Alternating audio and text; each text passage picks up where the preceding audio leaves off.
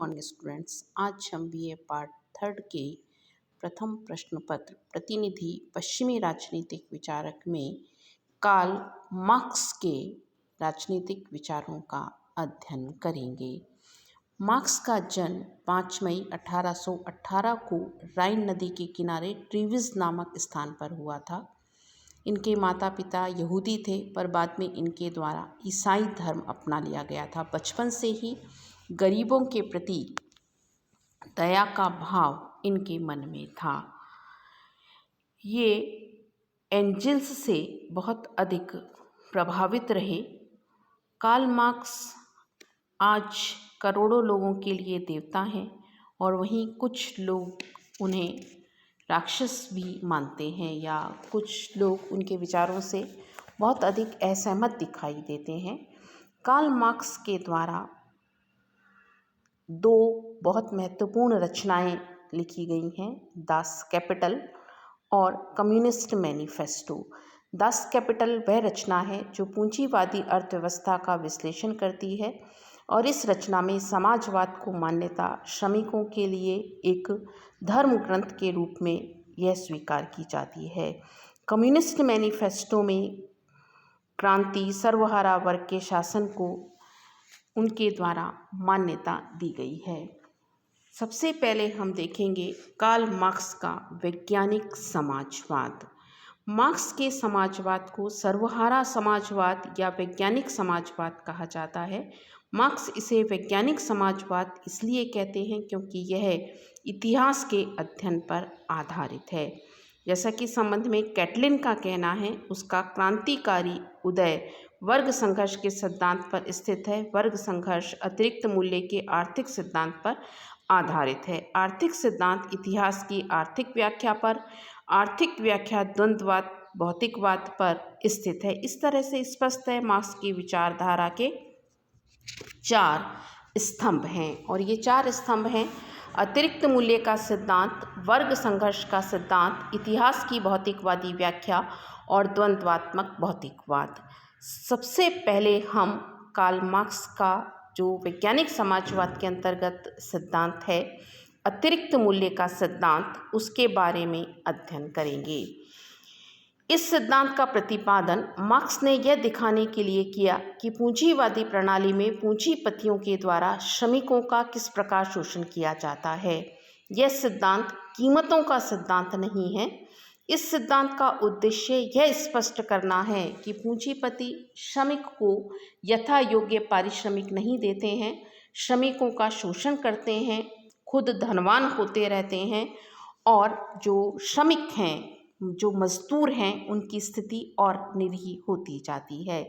इस बारे में कोकर का कहना है, मार्क्स ने पूंजीवाद के विकास और सामाजिक परिणामों की जो व्याख्या की है, उसका मुख्य तत्व उसका अतिरिक्त मूल्य का सिद्धांत है, जिसे उसने मूल्य के श्रम सिद्धांत के आधार पर स्थिर किया है।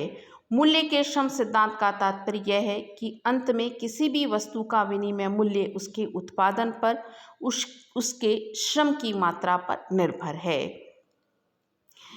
यानी जो पूंजीपति है, मार्क्स के हिसाब से वह पूंजीपति श्रमिकों का शोषण करने के लिए मुनाफा खुद लेता है और मजदूर को उसकी मेहनत की बहुत कम कीमत देता है। सबसे पहले हम देखेंगे मूल्य का अर्थ। साधारण भाषा में मूल्य के 2 अर्थ हैं। इसका एक अर्थ है किसी वस्तु का किसी व्यक्ति के द्वारा उपयोग, जैसे वो कहलाता है उपयोग मूल्य, जैसे प्यासे के लिए पानी का मूल्य है। दूसरा मूल्य वह है जो खरीदार एक वस्तु की कीमत देता है, और इसे हम विनिमय मूल्य के रूप में देखते हैं। मार्क्स मानता है विनिमय मूल्य वह अनुपात है जिसके आधार पर एक वस्तु के बदले या कुछ कीमत देकर किसी भी वस्तु को प्राप्त किया जा सकता है। इस संबंध में मार्क्स का कहना है, एक वस्तु का मूल्य इसलिए होता है कि उसमें मानव के श्रम का उपयोग हुआ है। तब इस मूल्य को कैसे मापा जाए?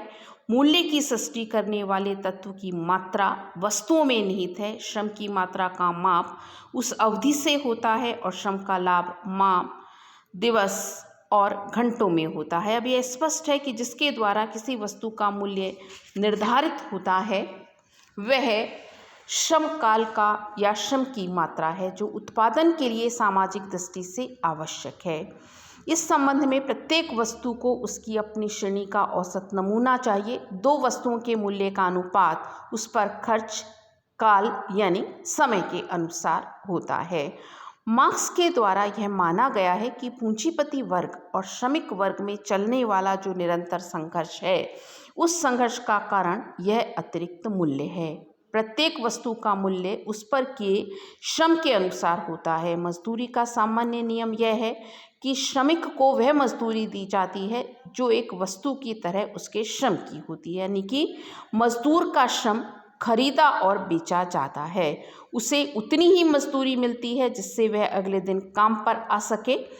मार्क्स इसे लोह नियम कहते हैं। मार्क्स का कहना है कि एक चीज़ बाज़ार में बेची जाती है, बाज़ार में जो चीज़ आती है वह मजदूर के श्रम से पैदा होती है। श्रमिक को उसके श्रम की बहुत कम कीमत दी जाती है और उस चीज़ का विनिमय मूल्य कहीं ज़्यादा होता है। यानी कि कोई भी चीज़ जो बाज़ार में बेची जाती है और मज़दूर को जो श्रम दिया जाता है उसमें बहुत डिफरेंस होता है, और जो डिफरेंस है, जो अंतर है, वह पूंजीपति के द्वारा ले लिया जाता है। कार्ल मार्क्स इसे ही अतिरिक्त मूल्य कहते हैं। मार्क्स कहते हैं अतिरिक्त मूल्य उन दो मूल्यों का अंतर है जिसे मजदूर पैदा करता है और जिसे वास्तव में वह पाता है। यह वह मूल्य है जिसे पूंजीपति मुआवजे और मजदूरों के श्रम से प्राप्त करता है। यानी कि श्रमिक मेहनत करता है, उसे बहुत कम कीमत पूंजीपति के द्वारा दी जाती है और पूंजीपति उस चीज़ को ज़्यादा कीमत में बाजार में बेच देता है। तो ये जो डिफरेंस है यह कार्ल मार्क्स के द्वारा इसे अतिरिक्त मूल्य कहा गया है। मार्क्स कहते हैं कि पूंजीपति यह चाहता है कि विनिमय मूल्य और मजदूर को दिए जाने वाले श्रम का जो अंतर है वो बढ़ता रहे, यानी विनिमय मूल्य तो बढ़ता रहे और मजदूरी वो कम दे। अगर ऐसा होगा तो जितना भी अतिरिक्त मूल्य बचेगा उस पर पूंजीपति का अधिकार हो जाएगा और इससे पूंजीपति धनवान होता जाएगा और जो श्रमिक है उसकी स्थिति और कमज़ोर होती जाएगी। जैसे कि मैक्सी कहते हैं यह वह मूल्य है जिसे पूंजीपति मजदूरों की खून पसीने की कमाई के पथ कर के रूप में वसूल करता है। मार्क्स मानते हैं कि पूंजीपति की निरंतर यह इच्छा रहती है कि अतिरिक्त मूल्य बढ़ता रहे और इससे श्रमिक और पूंजीपति के बीच की खाई गहरी होती जा रही है। अतिरिक्त मूल्य के सिद्धांत में मार्क्स 3 नियमों को मान्यता देते हैं। ये 3 नियम इस प्रकार हैं। पहला है पूंजी संचय का सिद्धांत। पूंजीपति यह चाहते हैं कि पूंजी में उत्पादन में अधिक से अधिक वृद्धि हो, यानी अधिक से अधिक वृद्धि होती रहे। पूंजीपति की जो स्थिति है वह महत्वपूर्ण बनती रहे और संचित अधिक से अधिक धन होता रहे।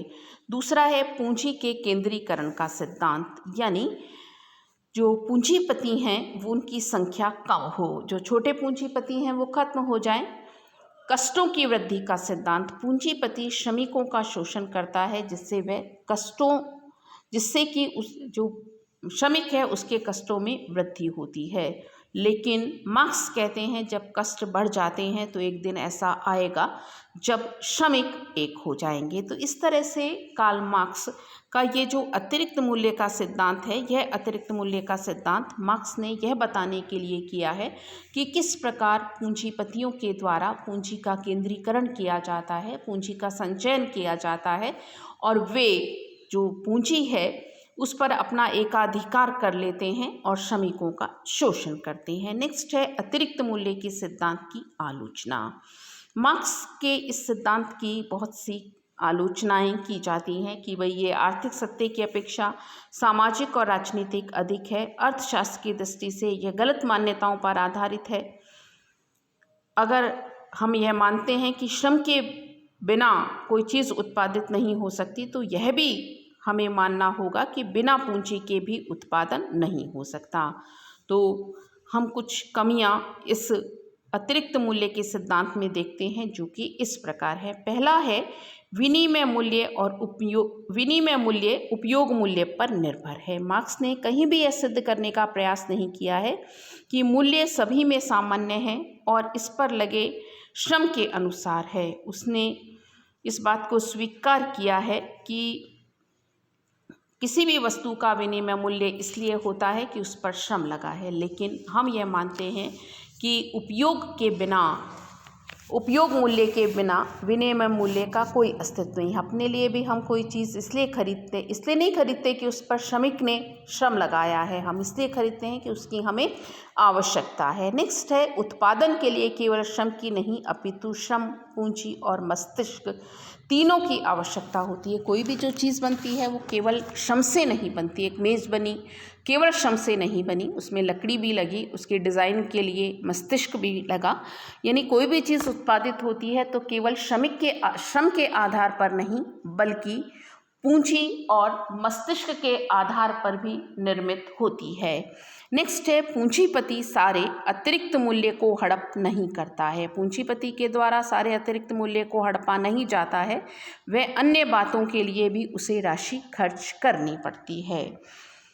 नेक्स्ट आलोचना है विरोधाभास। मार्क्स की यह अवधारणा विरोधाभासी है। एक और तो वह कहता है कि पूंजीपति अधिक पूंजी प्राप्त करने के लिए नई मशीनें लगाता है, और दूसरी ओर वो यह कहता है कच्चा माल आदि से अतिरिक्त मूल्य प्राप्त नहीं होता है। नेक्स्ट है अतिरिक्त मूल्य प्रचारात्मक है, आर्थिक नहीं। यानी ये सिद्धांत केवल प्रचार करता है कि किस प्रकार श्रमिकों का शोषण हो रहा है। इस सिद्धांत को हम आर्थिक नहीं मान सकते।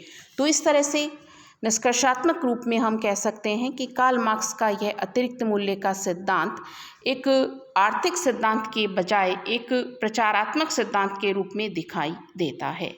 धन्यवाद।